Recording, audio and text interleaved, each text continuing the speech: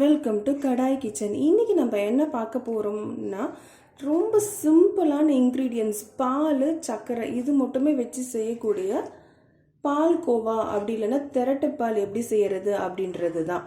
கிருஷ்ண ஜெயந்தி நாளைக்கு வரப்போது. இதை நீங்கள் பாலும் சர்க்கரை மட்டுமே வச்சு டக்குன்னு இதை செஞ்சு முடிச்சிடலாம். இந்த ரெசிபியை எப்படி செய்கிறது அப்படின்றத பார்க்கலாம் வாங்க. அதுக்கு நம்மளுக்கு ஒரு அடி கனமான வானல் எடுத்துக்கோங்க, அப்படி இல்லைன்னா நான்ஸ்டிக் பாத்திரம் எடுத்துக்கோங்க. அதில் ஃபஸ்ட்டு கொஞ்சம் தண்ணி ஊற்றி கொதிக்க விட்டுட்டு அதுக்கப்புறமா பால் ஆட் பண்ணிக்கோங்க. ஏன்னா டேரெக்டாகவே பால் ஆட் பண்ணணும்னு வச்சுக்கோங்களேன், சில டைம் அடி பிடிக்கிறதுக்கு வாய்ப்பு இருக்குது. சும்மா ஒரு 1/4 டம்ளர் மட்டும் தண்ணி ஆட் பண்ணிவிட்டு அதுக்கப்புறமா நான் இன்றைக்கி 1 லிட்டர் பால் வச்சு செய்ய போகிறேன். அந்த பால் பார்த்திங்கன்னா ஃபுல் க்ரீம் மில்க் அப்படி இல்லைன்னா பசும்பால் இருக்கும் பார்த்தீங்களா, அதை எடுத்துக்கோங்க. இது நம்ம செய்யறதுக்கு ரொம்பவே கம்மியான இன்க்ரீடியன்ஸ் தான் தேவைப்படும். பால், சர்க்கரை அப்படி இல்லைன்னா வெல்லம், உங்களுக்கு என்ன ஸ்வீட் போடுறதுக்கு விருப்பமோ சர்க்கரை அப்படி இல்லைன்னா வெல்லம் இல்லை நாட்டு சர்க்கரை எது வேணும்னா சேர்த்துக்கலாம்.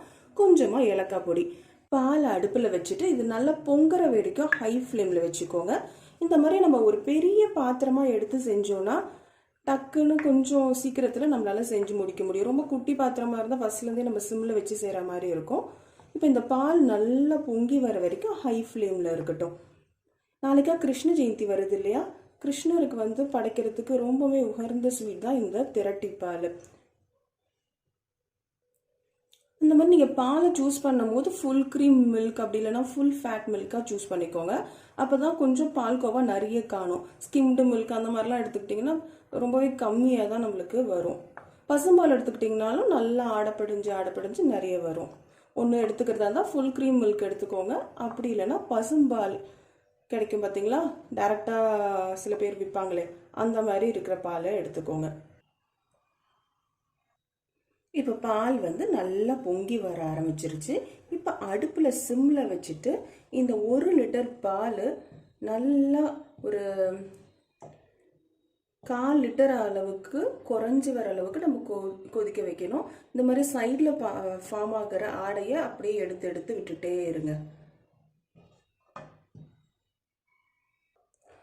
இப்போ இந்த பால் பொங்குறது எனக்கு ஒரு 15 மினிட்ஸ் ஆயிருக்கு. இந்த மாதிரி நல்லா ஆடை படிஞ்சு இருக்கு. நான் சுற்றி இருக்கிறதெல்லாம் இந்த மாதிரி எடுத்து இதில் போட்டுட்ருக்கேன். இன்னும் ஒரு 15 to 20 மினிட்ஸ் ஆகும். அந்த டைமில் நம்ம ஏலக்காய் இருக்குது பார்த்தீங்களா, இந்த ஏலக்காய்க்குள்ளே இருக்கிற விதை இருக்கும் பாருங்கள் பிளாக் கலரில், அதை எடுத்து நல்லா ஒரு குட்டி கல்லில் பவுடர் ஆக்கி வச்சுக்கலாம். இங்கே பாருங்கள் இந்த மாதிரி விதைகள் இருக்குல்ல, அதை மட்டும் பவுடர் ஆக்கிக்கலாம். இந்த தோல் வேண்டாம் நம்மளுக்கு. இந்த மாதிரி நல்லா இந்த மாதிரி கல்லில் வச்சு பவுடர் பண்ணிக்கிட்டு அதை இப்போ ஆட் பண்ணிக்கோங்க. நான் 1 லிட்டர் பால் எடுத்திருக்கேன். இதுக்கு ஒரு 3லேருந்து 4 ஏலக்காய் போட்டிங்கனாலே போதுமாக இருக்கும். நல்லா கலந்து விட்டு கொதிக்க விடுங்க. இன்னும் ஒரு 15 மினிட்ஸ் கழிச்சு இந்த அளவுக்கு நம்மளுக்கு திரண்டு வந்திருக்கு. பார்த்தீங்கனாலே தெரியும், நல்ல கலரும் சேஞ்ச் ஆகிருக்கு. இன்னும் 5 to 10 மினிட்ஸில் ரெடி ஆகிடும். ஒரு 5 மினிட்ஸ் கழிச்சு இங்கே பாருங்களேன், இந்த பால் இப்போ பபிள்ஸ் மாதிரி வர ஆரம்பிச்சு. நான் பாலை வச்சதுலேருந்து எனக்கு 45 மினிட்ஸ் கழிச்சு இந்த மாதிரி ஒரு ஸ்டேட் வந்திருக்கு. சரிங்களா, 1 லிட்டர் பால் எடுத்துகிட்டு இருக்கேன். அதுக்கு நான் மெஷரிங் கப்பில் 1/2 கப் மெஷர்மெண்ட் இருக்குது பார்த்தீங்களா, அதில் 1 கப் எடுத்துக்கிறேன். நான் இந்த மாதிரி இந்த படி இருக்கிறதுனால ஒரு 1/2 ஆட் பண்ணியிருக்கேன். நீங்கள் மெஷரிங் கப்பில் எடுத்திங்கன்னா 1/2 கப் மெஷர்மெண்ட் இருக்குது பார்த்தீங்களா, அதை ஆட் பண்ணிக்கோங்க. இது ஒரு நார்மலான இனிப்பில் இருக்கும். நான் இப்போ இதுக்கு நாட்டு சக்கரை சேர்த்துருக்கேன். உங்களுக்கு வேணும்னா நார்மலாக ஒயிட் சுகர் இருக்குது பார்த்தீங்களா, அதையும் சேர்த்துக்கலாம். அது மாதிரி இனிப்பு இன்னும் கொஞ்சம் வேணும் அப்படின்னா இன்னும் கொஞ்சம் கூட நீங்கள் எக்ஸ்ட்ரா ஒரு 2-3 ஸ்பூன் சேர்த்துக்கலாம். நான் சேர்த்துருக்க அளவு பார்த்தீங்கன்னா ரொம்பவும் திகட்டாமல் நார்மலான இனிப்பில் இருக்கும். சக்கரை சேர்த்துட்டோன்னு திருப்பியும் லைட்டாக தண்ணி விட்டா மாதிரி வரும். சரிங்களா, இப்போ நம்ம கலந்து கொடுத்துக்கிட்டே இருக்கணும் ஒரு திக்கான ஸ்டேஜ் வர வரைக்கும். 5 மினிட்ஸ் வெல்லம் போட்டோன்னே இந்த மாதிரி கலந்து கொடுத்தீங்கன்னா பாருங்கள், நல்லா கொதிச்சு இந்த மாதிரி பபிள்ஸ் வர ஆரம்பிக்கிற ஸ்டேஜில் நம்மளுக்கு பால்கோவா ரெடி ஆகிடுச்சு நம்ம தெரிஞ்சுக்கலாம். இந்த ஸ்டேஜில் ஒரே ஒரு ஸ்பூன் வந்து நெய் கூட சேர்த்துக்கலாம். நெய் சேர்க்கறது, ஏலக்காய் சேர்க்கறதுலாம் வந்து ஆப்ஷனல் தான்.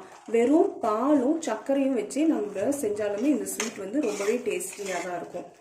2 இன்க்ரீடியன்ஸ் போதும், பால், சர்க்கரை, அது மட்டும் வச்சு செஞ்சாலே இது ரொம்பவே டேஸ்டியாகவே இருக்கும். இப்போ நம்மளுக்கு சுவையான திரட்டுப்பால் அப்படி இல்லைன்னா பால்கோவா கிருஷ்ண ஜெயந்திக்கு ரெடி. இந்த மாதிரி சிம்பிளான ரெசிபிஸ்க்கு என்னுடைய கடா கிச்சன் சேனலை லைக் பண்ணுங்கள், ஷேர் பண்ணுங்கள், சப்ஸ்கிரைப் பண்ணிக்கோங்க. நோட்டிஃபிகேஷனில் ஆல் அப்படின்ற பட்டனை ப்ரெஸ் பண்ணிங்கன்னா நான் போடுற ரெசிபிஸ் உங்களையும் உடனே வந்து சேரும். தேங்க்யூ.